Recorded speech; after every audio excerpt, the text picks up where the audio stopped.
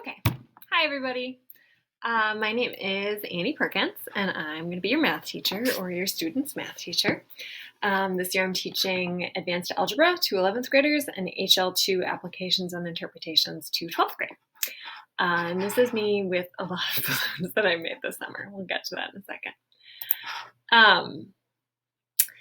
So who is this person that's going to be teaching your child? And let me move this real quick so you guys can actually see stuff. I grew up in Minnesota, so I'm a Minnesota person. I have been in Minneapolis for about the last 10 years. This is my 8th year teaching in Minneapolis. Oh my gosh. I went to Carleton College and I was actually a history major. But don't worry, I know math, it's okay. I lived in the Republic of the Marshall Islands for 2 years, and that's actually where I fell in love with math. So, and this kind of gets to my educational philosophy and is useful for you guys to know. We'll probably talk about this on the first day of school too, but I think it's useful for us to get up on the right foot. I grew up learning math, which shut up, sit down, learn the formulas, don't ask questions. Plug it in, get the right answer, and be done. And I hated it. I thought it was the stupidest thing ever. It was what's the point? And so when I went to the Marshall Islands, I was mostly there to teach English because in order to get into high school there, kids needed to pass a test in English. Otherwise, they didn't go to high school. And on that test was also their native language, Marshallese, and math. So it was English, Marshallese, and math. And my students asked me, can you please help us with math? And I was like, no, that sounds terrible because I didn't like math. But I did end up helping them with that. And I tried to teach them math the way that I was taught math, which was shut up, learn the stuff, and be done with it. Don't ask questions. And they, bless them, thought that was stupid and said, but why is that the case? And I remember very clearly it was the formula for the area of a triangle. And it was 1/2 base times height. Yeah, done. And one of my students was like, well, why is that the formula? And I said, shut up, I don't know. It's just, it is. And then we learned why. We drew a rectangle around the triangle and you could see that it was taking up half of the area. And it was the most mind-blowing experience for me. I was like, wait a second. There's a reason for all of this stuff. There's a purpose to all of these formulas that I've been learning for so many years. I fell in love with math. Came back to the US. I took 9 math classes at the U of M in 1 year. So I am actually qualified to teach math. Don't worry. It was the best year of my life. It was great. And now I'm really into math art. You might notice I have a fair amount of it over here. And we'll definitely do some of that this year, but we'll also do just some more traditional stuff as well. But we will try to make it as engaging as possible. You're also going to definitely come across Baby Seal. This is Baby Seal. He's my cat. I also have no control over him, so I apologize in advance for all of the times that he's going to come and interrupt our class meetings. Okay, moving along, if I can. Cool. If you are taking advanced algebra, these are all of the units that we're going to end up working on. We have a lot of flexibility this year with what we're going to do. So some of these might be longer units, some of them may be shorter units. My goal is that you have a good experience with math. That's really the goal here.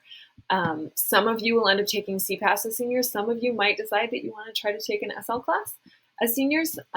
My goal is to give you that option and see that you guys have a good experience with math. If you are taking HL applications, this is primarily the stuff that you did last year. And notice I put these little asterisks down here because I know that both trig functions and complex numbers and matrices didn't get super intensely covered because we went to distance learning and everybody panicked. I'm aware of that. And so we will spend some time probably starting out the year with that. This is kind of how we're going to learn how to use Google Classroom. And then this is most of what we're going to do this year. So we're going to do a lot of calculus. It's going to be awesome because calculus is super fun. And then my absolute favorite, and I pushed really hard so that I could teach this class because I'm so excited about it, is graph theory. That's where we're going to end the year. It's going to be super amazing. Sorry, that's Baby Seal's feeder going off. It's okay. Okay. Moving along. Student expectations, we're going to talk a lot about this, and I need you to understand that we're going to have to be real flexible. I will be as clear with you as I can. I will put things up in Google Classroom. I will email you. I will put stuff on the teacher website that it's just open to the public if you go to Southwest and look for teacher pages. But I know that things are not normal, and so what we might have done in class is not necessarily what we're going to do now. But I do have a couple non-negotiables, and they are the following. We're going to be present, and we're going to practice wait. And what that is just, why am I talking, and why aren't I talking, right? And that really gets to the fact that I know about myself that I talk too much. And I need to kind of tamp that down sometimes. And I also hope that if you're a person that never talks, that you will find a way that is comfortable for you, that you are engaging. Because I don't want this to be a back and forth between me and one kid. I want this to be all of us learning together. Math is absolutely a collaborative thing. We have to do it collaboratively or it doesn't work. Second, we have permission to speak in rough draft. I feel like a lot of people have this misconception that math class is time for performing, and that is not the case. Math is a time for all of us to do all of the things that we need to do, and we need to learn. And it is okay for you to speak when you're not sure. I encourage it, and we're going to work on that. We're going to honor the thinking of others. One of the reasons I love being a teacher is because you guys come up with such great ideas. I love it. It's such a fun thing for me that I'm like, here is how matrices work. And then somebody comes up and is like, well, what about this? And I'm like, what? Okay, cool. I guess that works too. And we'll talk about it. And sometimes it will work out and sometimes it won't. And that's fine. And the last one is we don't spoil the mathematical ending. Oftentimes we think in math class that our goal is to get to the answer, and that is not the case. I don't care about the answer most of the time. I care about the thinking that gets you there, and I care about how you're sharing ideas and building on them. That's what's important. The answer is the thing that we'll get to. We will, but it is not the most important thing.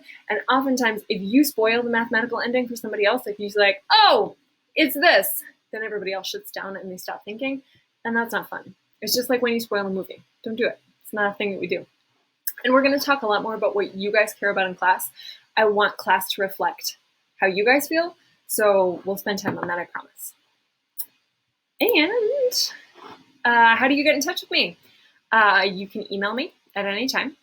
I have a Google Voice number, and I ask that you kind of honor that we're all living at work right now, but 7 a.m. to 7 p.m. Monday through Friday. If you call outside of that, you're going to be able to leave a message. I'm just probably not going to answer it, that's all. And then obviously message me in Google Classroom.